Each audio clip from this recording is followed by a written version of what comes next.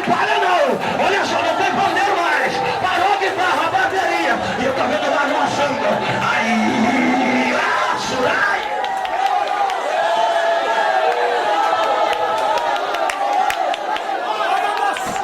É patrimonial, Tiago, vai, pisa na cabeça dele, pisa na cabeça dele, pisa. Ele falou que você não ia vir porque estava chovendo, pisa na cabeça dele, vai!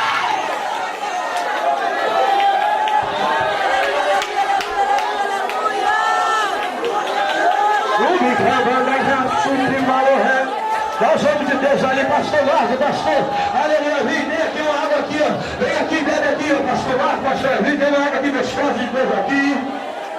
Se não dá tempo de chegar lá atrás, porque aquela que vai no fio é mineral também, viu? Não é na bica não.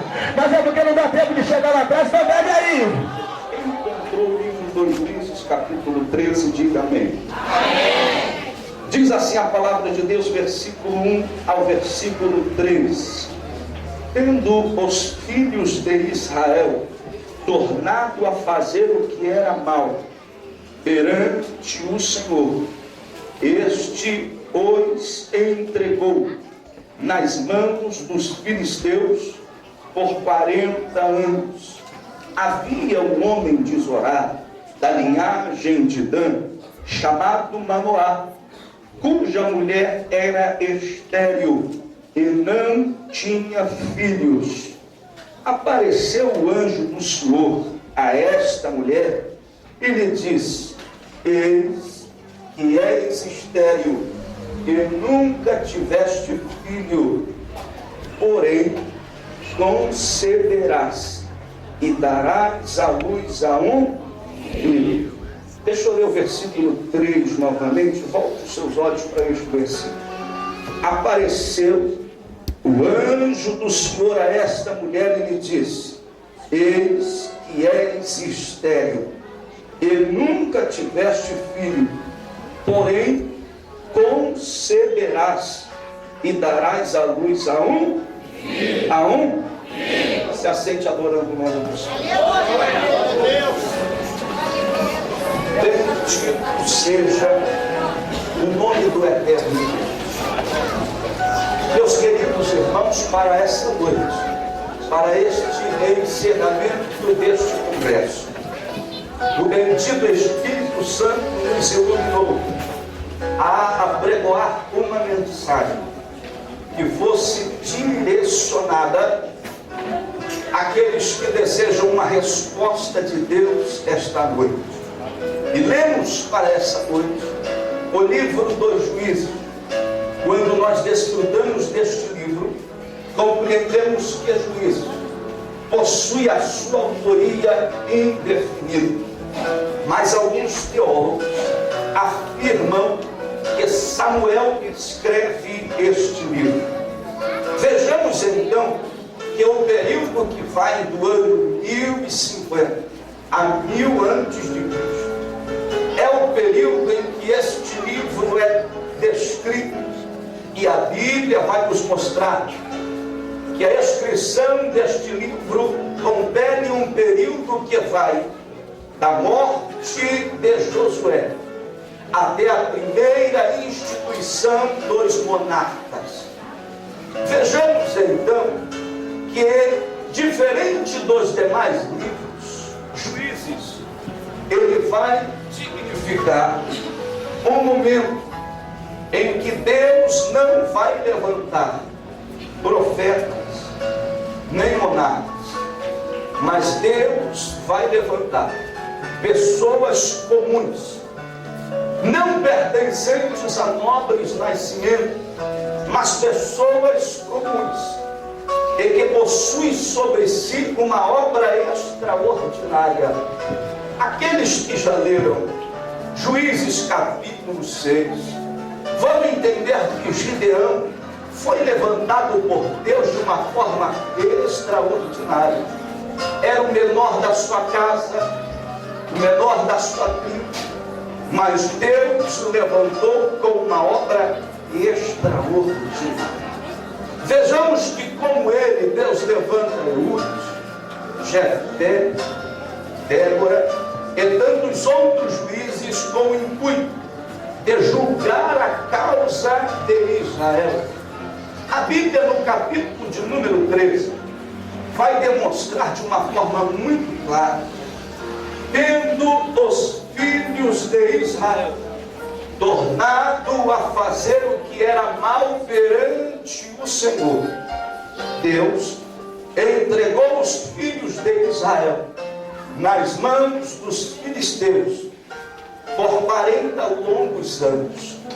Uma vez que Deus está dizendo que fora 40 anos, foram 40 anos subjugados às ordens dos filisteus, foram 40 anos adorando Dagon, Balins, postes ídolos, foram 40 anos exilados pelos filisteus.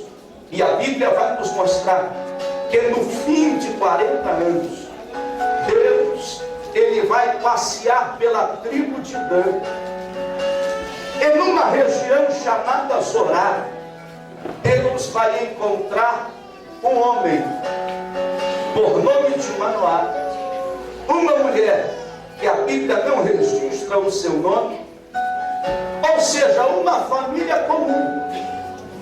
Para um bom leitor da Bíblia Sagrada, vai entender que Deus encontra Manoá e a sua esposa na menor tribo de Israel, por nome de Dan, na região sul de Judá, numa região pobre, humilde e simples, chamada Zorá.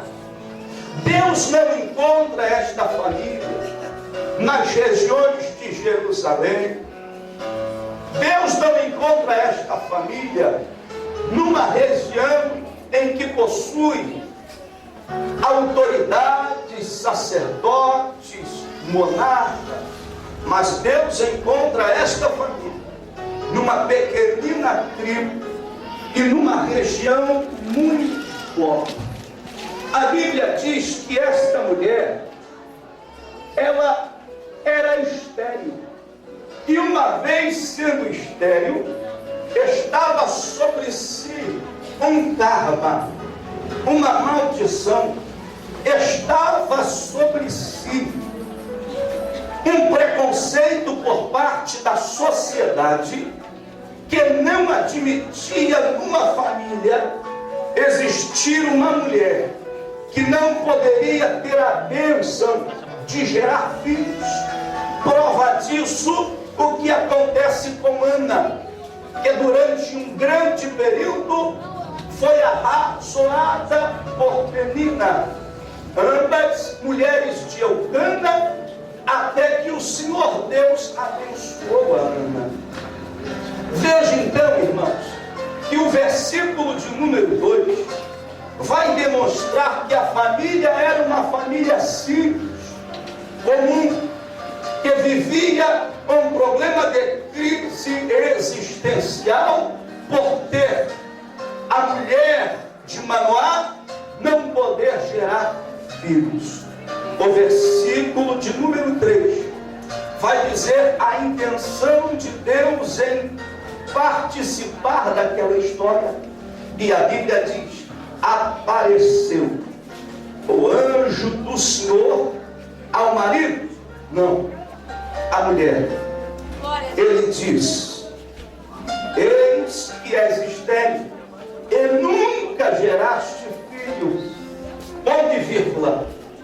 Porém, conceberás e darás à luz a um filho. Veja então, irmãos, que a promessa que o anjo do Senhor faz a esta mulher não é meramente de que a sua madre vai se abrir e ela vai poder ter a bênção de gerar filhos, mas a Bíblia diz que o anjo complementa a sua promessa dizendo: conceberás e darás à luz a um filho, filho varão. Por que, evangelista, você está ressaltando que ela iria gerar um filho varão? Porque a bênção de gerar um filho varão era dupla, porque na morte do esposo, o filho iria assumir as responsabilidades da casa. Então a bênção não é apenas de abrir a madre, mas a bênção é de gerar um filho varão. Ou seja, a bênção não é apenas uma, mas é dupla honra. Então eu estou começando a entender que antes do ponto e vírgula existe uma promessa incompleta, quando o anjo vai dizer assim: és estéril e nunca geraste filho. Se houvesse ao invés do ponto e vírgula um ponto final, a profecia ia ser incompleta. A profecia ia fazer menção de que o anjo estava lançando em rosto da mulher que ela nunca gerou filho e que era estéril. Mas no lugar do ponto final existe um ponto e vírgula. Ponto e vírgula vai nos dizer dentro da gramática que a frase vai continuar. Ou seja, o termo depois do ponto e vírgula, fazendo menção de porém, quer dizer entretanto, quer dizer que a história não terminaria ali. Evangelista, o que você quer começar a nos dizer nesta introdução? De que no lugar em que muitos tentavam colocar o ponto final na vida daquela mulher, dizendo: é uma amaldiçoada, é uma pessoa triste, é uma pessoa que não pode alegrar a sua família, é alguém que tem o ministério travado, bloqueado. O autor do livro coloca ponto e vírgula, contendo aqui uma pontuação de Deus, como se Deus estivesse dizendo assim: ainda que todos tentem colocar um ponto final na sua história, eu, Senhor, dou a última palavra dizendo: a história vai continuar. Pegue na mão de alguém que está ao teu lado, olhe para esta pessoa ungida do teu lado e diga para esta pessoa: não vai acabar no ponto final dos homens. A tua história não vai acabar no ponto final da sociedade. A tua história não tem um final quando os médicos disseram que é ponto final. A tua história não é colocada um ponto final quando o juiz da terra bate o martelo. A tua história não é dada ao ponto final quando alguém olhou para você e disse que você não canta bem, não prega bem, não dirige bem, não vai para frente. Deus me trouxe aqui esta noite no encerramento desta festa para te dizer que Deus tem continuação na tua história. Isso, levante a mão, levante. Levante a mão, levante. Levante a mão, levante.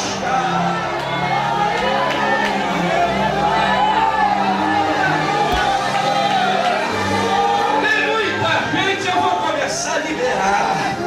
Tem muita gente que está vendo este segundo congresso, ouviu anunciar, recebeu a carta, viu a faixa e disse: é um segundo congresso, daqui a pouco acaba. A história não vai acabar.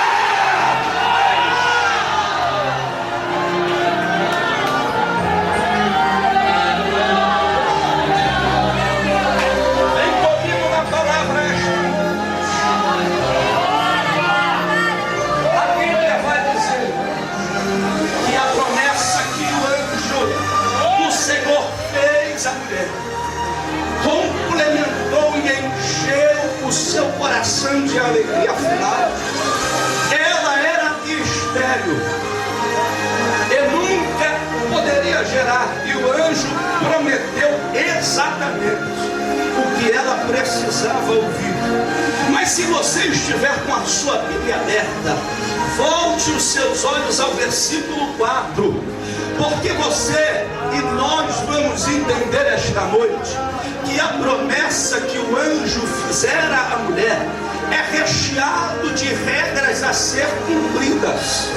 O versículo 4, a Bíblia diz assim: agora, pois, guarda-te, não bebas vinho ou bebida forte, nem comas coisa imunda, porque eis que tu conceberás e darás à luz a um filho, sobre cuja cabeça não passará navalha, porquanto o menino será nazireu, consagrado a Deus, desde o ventre de sua mãe, e ele começará a livrar Israel do poder dos filisteus.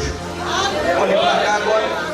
Nós vamos compreender também, irmãos, que quando o anjo do Senhor promete, ele vai dizer à mãe que ela não poderia beber nenhuma bebida forte, nem ingerir vinho, porque o menino que estava sendo gerado no seu ventre era nazireu.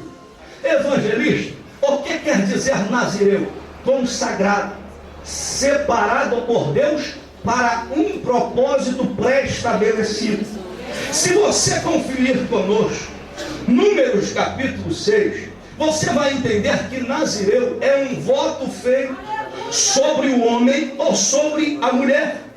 E a Bíblia vai nos dizer que este menino ou esta menina teria que não rapar a sua cabeça, prazo pré-estabelecido, não poderia beber nada que viesse produzido da vinha, não poderia ingerir nenhuma bebida forte, e também não poderia tocar em nada imundo ou impuro. Por quê? Porque havia sobre esta pessoa ou criança um voto importante. Havia sobre esta criança um voto de nazireu. A palavra nazireu, ela vai ser o prefixo de uma região lá no Novo Testamento bastante conhecida como Nazaré. Nazaré foi uma das regiões em que Jesus também fora criado. Ele nasce em Belém Efrata, passa um período da sua infância em Nazaré, e depois passeia pela Galileia, Cafarnaum, onde ele possui uma residência fixa. Mas Nazaré fica marcado no ministério de Jesus. Prova disso, muitos conhecem ele como Jesus Cristo, o Nazareno. Uma vez, em uma oportunidade, Jesus ele vai chegar dentro da sinagoga, e a Bíblia diz que deram a oportunidade de Jesus expressar a sua alegria.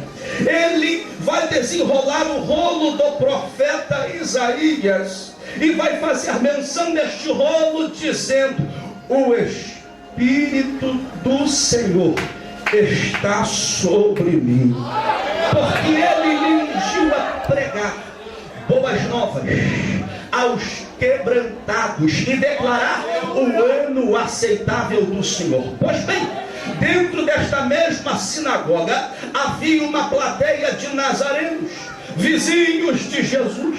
Todos eles, segundo o texto de Lucas, torcem seus narizes. Por quê? Porque não viam Jesus como Messias. E a profecia que Jesus abre no livro do profeta Isaías, ele aponta para si. Ou seja, ninguém acreditava em Jesus como sendo Messias. Acreditava em Jesus como sendo filho de José o carpinteiro. Ou seja, de Nazaré não poderia prover nada que era de bom. Se você desfrutar comigo do Evangelho de João capítulo 1, a partir do versículo 46, você vai descobrir que dentro de um episódio, Jesus foi confrontado junto a Natanael, em que Natanael vai dizer assim: pode vir alguma coisa boa de Nazaré? como sendo uma região pobre, de pessoas humildes. E aqui eu começo a entender por que Jesus, ou por que Deus, ele foi na tribo de Dan e levantou alguém da região de Zorá. Porque Deus não precisa das coisas grandes para fazer uma obra extraordinária. Escute, segura aí. Deus não precisa de coisas tremendas para derrubar outras coisas tremendas. Se Deus gostasse de coisa grande, ele não usava Davi para derrubar Golias, usava Golias para combater contra os outros. Mas eu glorifico a Deus, porque na primeira carta aos Coríntios, capítulo 1, versículo 26 a seguir, o Espírito de Deus enchendo a vida do apóstolo Paulo, ele vai nos mostrar as classes de pessoas que Deus gosta de usar. Deus levantou as coisas que não são, as desprezíveis, as que ninguém dá nada. Levante a mão. Você sabe por que este congresso vai ser um sucesso nesta cidade? Você sabe, evangelista Maurício, porque este congresso vai explodir nesta região? Porque Deus não vai usar os grandes, Deus não vai usar os extraordinários, Deus vai levantar os pequeninos. E quando eu tenho aqui esta, levante a tua mão. Levante a mão, levante a mão, levante a mão, levante a mão, levante a sua mãozinha. Ai, chamou assim, não tira mão, que calais. Meu Deus, eu estou tentando manter uma ética para pregar, mas o negócio está ficando quente aqui, irmão. Levante a mão para o céu.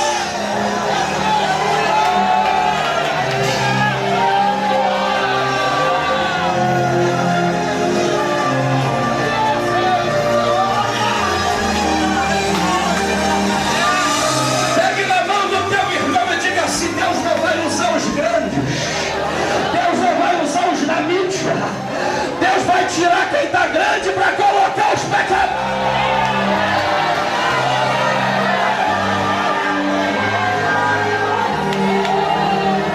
Tem muita estrela querendo brilhar mais do que a Jesus. Eu vou começar a liberar. Se não for, não vai ser. Tem muita estrela querendo brilhar mais do que Jesus. Mas eu aprendo uma coisa extraordinária na palavra de Deus.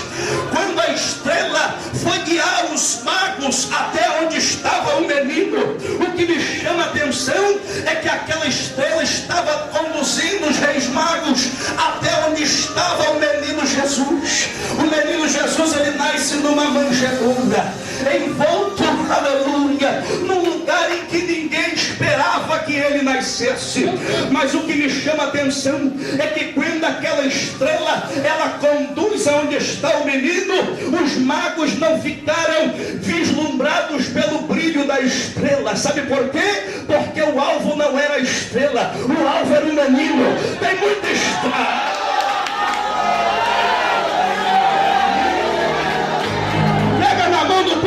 Diga assim para ele: deixa esse negócio de ser estrela, irmão.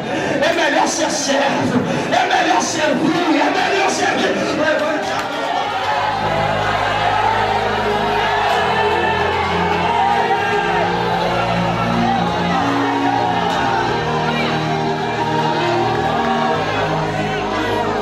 Vem comigo na palavra. Eu quero me provar esta noite com 5 evidências. Quantas evidências?